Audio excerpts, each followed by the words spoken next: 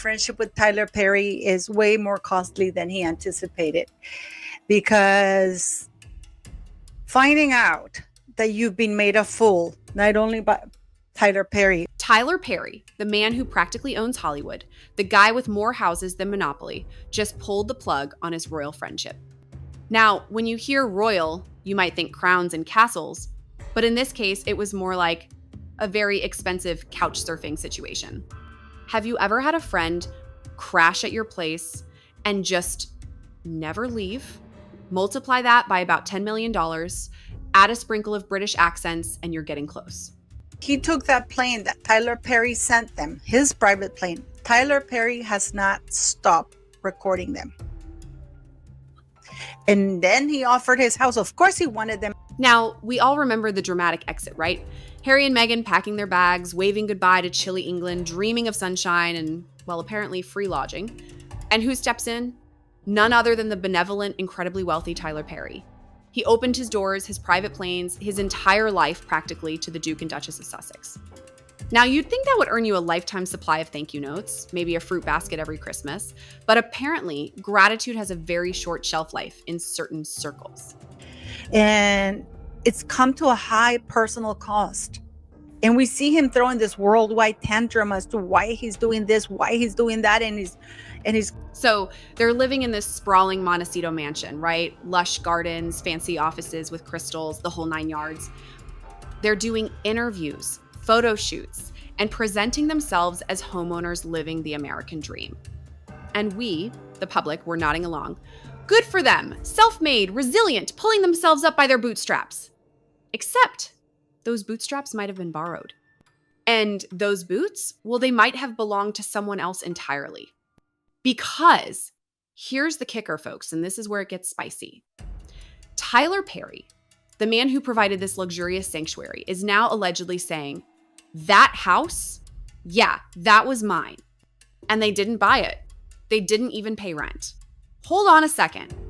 You mean for years we've been seeing pictures, reading articles, hearing about their beautiful home, and it was just a really elaborate Airbnb that never got paid for? That's like me telling everyone I own the Taj Mahal because I once had a really long layover in India. Free all along. That was not a free ride. That was not a free plane sent to you. That was not a free stay at his mansion.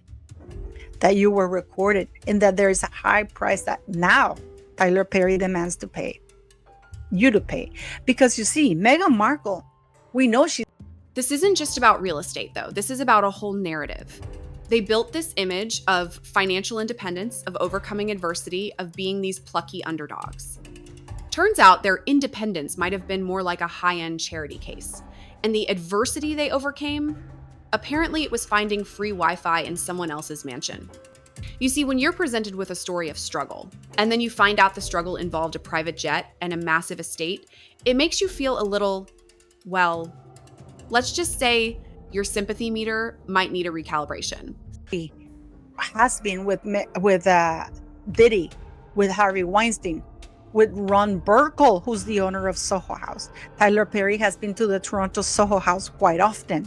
He has been to all the Soho House. He's very good friends with Nick Jones, the other founder of Soho House, where Meghan was there. Meghan is very good. Now, Tyler Perry isn't just miffed about the rent, or lack thereof. He's reportedly feeling used, manipulated, and deeply betrayed. His tone on these alleged tapes isn't that of a scorned friend. It's of a man who feels he was a pawn in a much bigger game. One, quote, allegedly burning across headlines like wildfire. They lied to you all. That's not a casual disagreement over who left the toilet seat up. That's a mic drop moment of epic proportions. And what exactly did they lie about? According to Perry, nearly everything, from their financial state to the true nature of their living situation.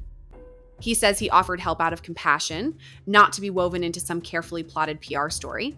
He allegedly wasn't told his home would be used as a backdrop for high-profile interviews and staged photos. That's like inviting someone to dinner and they show up with a full camera crew, a lighting team, and start filming a reality show in your kitchen without asking. You'd be a little ticked off, right? Especially if they then claimed they owned the kitchen. Meghan Markle is very good, was hanging out around all those places, so they knew of Meghan Markle.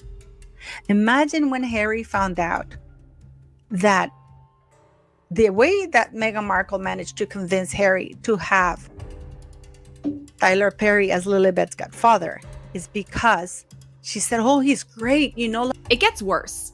Perry reportedly feels that Meghan and Harry weaponized their friendship with him. They used his credibility, his influence, his very presence to add weight to their post-royal identity. They needed me, Perry supposedly laments. But I didn't realize they needed to own the story too. That's a painful realization. That's like finding out your best friend only hung out with you because you had a pool, and now they're telling everyone they built it themselves. The public was led to believe these two were self-made survivors, clawing their way to financial freedom, giving speeches about resilience, painting themselves as underdogs, overcoming a cruel system. But if Perry's words are true, then much of their independence was borrowed. Their struggle was staged. And their relationships were tools to be discarded once their purpose was served. And that's a tough pill to swallow for anyone who bought into the narrative. You need to be a billionaire. So she convinced Harry to have Tyler Perry be the godfather to Lily. And if you notice, he is the only godfather or godparent of any of his two children that we know of, because they have Here's where it gets even more fascinating. While fans were distracted by new lifestyle projects and media rollouts, something subtle yet suspicious was happening. Tyler Perry was being erased. Photos with him quietly vanished from Meghan's online presence. Mentions of his help were trimmed from interviews and digital bios. At first glance, it seemed like a rebrand. Like when a band member leaves, and suddenly all the old album covers mysteriously feature only the remaining members. But with these alleged leaked tapes, this erasure looks less like a rebrand and more like a calculated move.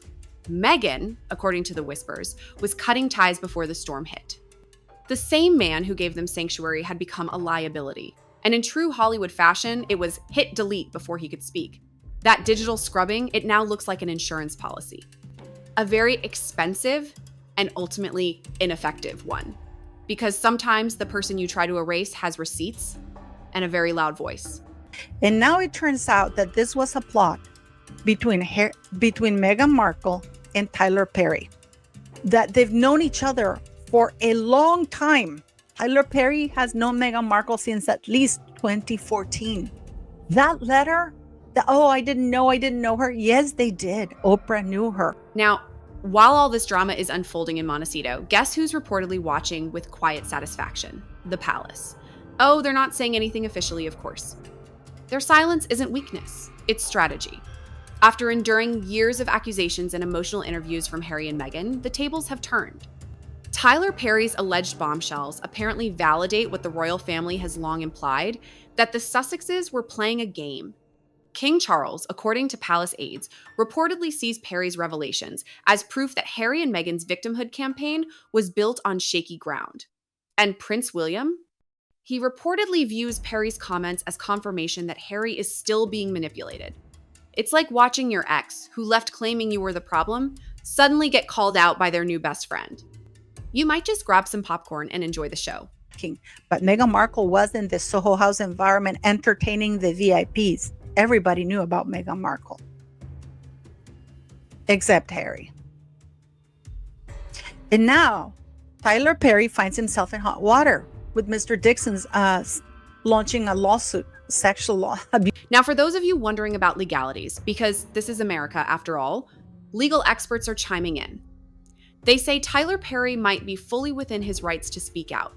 Confidentiality clauses, especially among public figures, often include exceptions, like when one party publicly discloses protected details first. And that's exactly what Perry is allegedly claiming. Harry and Meghan's multiple media deals, including their Netflix series and Harry's memoir Spare, have divulged private conversations and internal conflicts. Perry allegedly warned them, if they made their narrative public, so could he. And if these tapes are authentic, he's doing exactly that. This isn't just a breach, it's retaliation backed by contractual teeth. That's like trying to sue your personal trainer for telling everyone you skipped leg day, when you literally wrote a book about how much you hate leg day.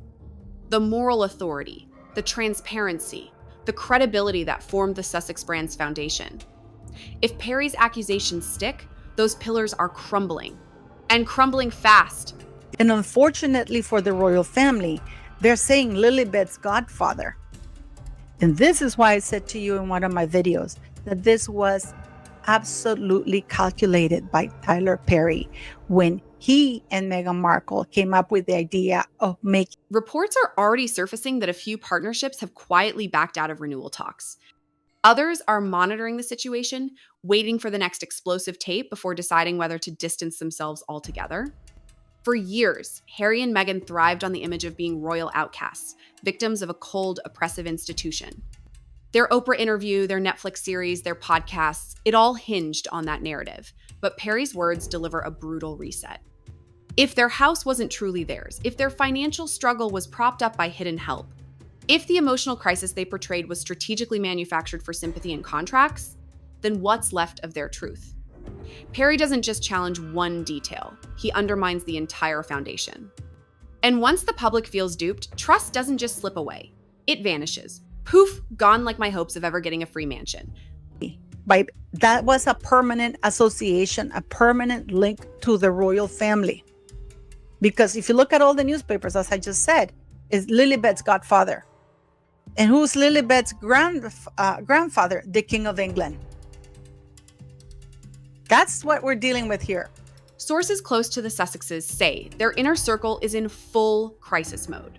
Phone calls, legal consultations, frantic PR meetings, every tool in their arsenal is being deployed. But the damage is already widespread. Perry's voice isn't tabloid gossip, it's direct, emotional, and deeply personal. Worse, it's verifiable. There are no shadowy, unnamed sources here. This is a man with credibility, receipts, and a motive rooted in betrayal. Harry and Meghan's team is allegedly begging media outlets to wait for clarification. But clarification won't stop the bleeding. This scandal isn't about one man's anger. It's about a carefully constructed empire now collapsing in real time. And this time, they can't blame the palace. The Sussexes have always controlled their story. Until now. For the first time since Megxit, someone from the inside is speaking out, and his words are devastating. Tyler Perry's tapes don't just call out inconsistencies. They expose a strategy of manipulation that could shake the foundation of everything Harry and Meghan have built. And with every alleged leaked minute, the public isn't just watching, they're waking up. The truth is unraveling fast, and the carefully polished image of Harry and Meghan is now under the harshest spotlight yet. It's like when you see that one perfect-looking cake on a cooking show, and then they cut into it, and it's just hollow. Tyler Perry's alleged leaked tapes have opened a floodgate, one that can no longer be controlled by glossy PR statements or staged appearances. So, what do you think? Did they bite off more than they could chew? Or is there another side to this story we haven't heard yet? Let us know in the comments.